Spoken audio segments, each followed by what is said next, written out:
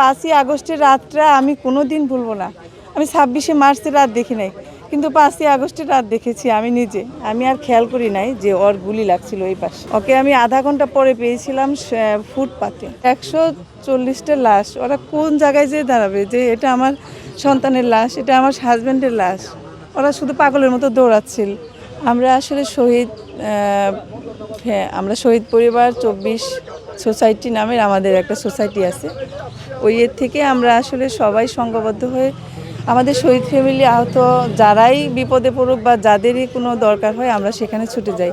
এর আগেও অনেকবার আসছি, নাবিলের সাথে আমরা রাজপথে গিয়েছি, অনেক দপ্তরে গিয়েছি যে আমার হাজব্যান্ডের লাশটা তো আমরা পেয়েছিলাম, হাত দিয়ে ছুঁতে পেরেছি, কবর দিতে পেরেছি। ওরা তো তাও পারে নাই। ওদের কষ্টটা আমরা বুঝি যে 140টা লাশ। ওরা কোন জায়গায় যেয়ে দাঁড়াবে যে এটা আমার সন্তানের লাশ, এটা আমার হাজব্যান্ডের লাশ। ওরা শুধু পাগলের মতো দৌড়াচ্ছিল। কেউ পরিচয় পাচ্ছে না যে এটা আমার হাজব্যান্ড বা আমার সন্তান। তো এই কষ্টটার জন্যেই অনেক দিন আসলে আমাদের এই পরিশ্রম করতেছি। আল্লাহ মনে হয় এখন চোখ তুলে চাইছে, আমাদের সেই পরিশ্রম সার্থক হয়েছে। দেখা যাক এখন পরেরটা। আজকে 10 জনের ডিএনএ টেস্ট করবে, যদি ভালো হয়, ওনাদের ভাগ্য ভালো হয়, আমরা পেয়ে যাব সবাইকে। দেড় বছর কিভাবে কাটালো?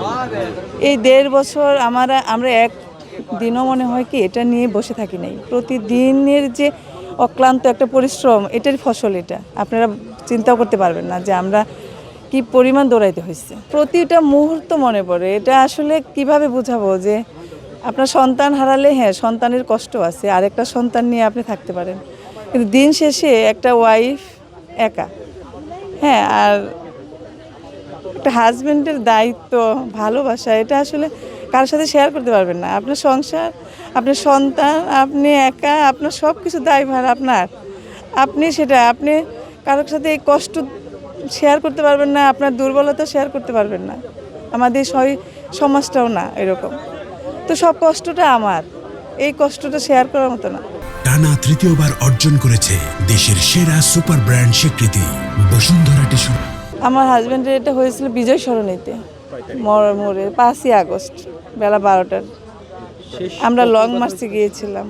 আমি তো ওনার সাথেই ছিলাম, আমার ভিডিও আছে তো। আমার হাজব্যান্ড আমার এই পাশে ধরে আমরা হাঁটতেছিলাম। তারপরেই টিয়ার সেল, তারপরেই আমি ওকে এই কাত, আমার মনে আছে যে আমি বলতেছি হাতটা ছাড়ো, আমার চোখ তাকাইতে পারতেছি না। আমি এটা বলার পরেই শব্দ হয়েছে, আমি আর খেয়াল করি নাই যে ওর গুলি লাগছিল এই পাশে। ওকে আমি আধা ঘন্টা পরে পেয়েছিলাম ফুটপাতে। অনেকেই নিয়ে আসছে, কেউ পানি খাওয়াচ্ছে, কেউ পানি দিচ্ছে, আরও 2 জন এরকম আহত আমি দেখছি। কিন্তু আমার হাজব্যান্ডের আমি আর একটা কথাও শুনতে পারি নাই, আমার দিকে তাকায়ও নাই, কিচ্ছু না। আমরা অনেক দেরি করছি, কারণ হচ্ছে কিচ্ছু পাইনি, কিচ্ছু না। সেদিন আমরা ওকে কুলে নিয়ে কতক্ষণ যাবে মানুষ, ও ভারী ছিল অনেক, হ্যাঁ, ছাত্ররা ওকে কুলে নিয়ে যেতে পারতেছিল না। পরে অনেক 1.5-2 ঘন্টা পরে একটা অটো পেয়েছিলাম আমরা। সেই অটো নিয়ে আমরা প্রথমে সোহরাওয়ার্দীতে গিয়েছিলাম। সোহরাওয়ার্দীতে ভর্তি নেয় নাই, অনেক চেষ্টা করছি। তারপরে বলছে যে আপনারা হৃদরোগে নিয়ে যান, শুধু আমরা জানার জন্য যে আমার হাজব্যান্ডটা বেঁচে আছে কিনা। আমার হাজব্যান্ডের লাশটা আমি নিচে রেখে গুলাগুলি হচ্ছে, আমি এনআইসিউতে ছিলাম 2 ঘন্টা, আমার লাশ ওখানে, আমি নাই। কারণ আমি ওই সন্ধ্যার রাতটা, আমি 5ই আগস্টের রাতটা আমি কোনো দিন ভুলবো না। আমি 26শে মার্চের রাত দেখি নাই, কিন্তু 5ই আগস্টের রাত দেখেছি আমি নিজে। আমি একটা অ্যাম্বুলেন্স পাই না আমার হাজব্যান্ডের লাশটা যে নিয়ে যাব। সেদিন ভাঙ্গা একটা অ্যাম্বুলেন্স পেয়েছিলাম, যেটা আমি ওই পিছনেরটা উঁচু করে আমার হাজব্যান্ডের লাশ আমি একা নিয়ে গেছি। আমার কোনো শেষ কথা হয়নি, আমরা দুজনে হাঁটতেছিলাম শুধু, আর বলতেছিল যে ছবি তোলো তো, ভিডিও করো। আমি ছবি তুলতেছিলাম, ভিডিও করতেছিলাম। তারপরে আবার ব্যাগে এটা রাখছি ফোনটা।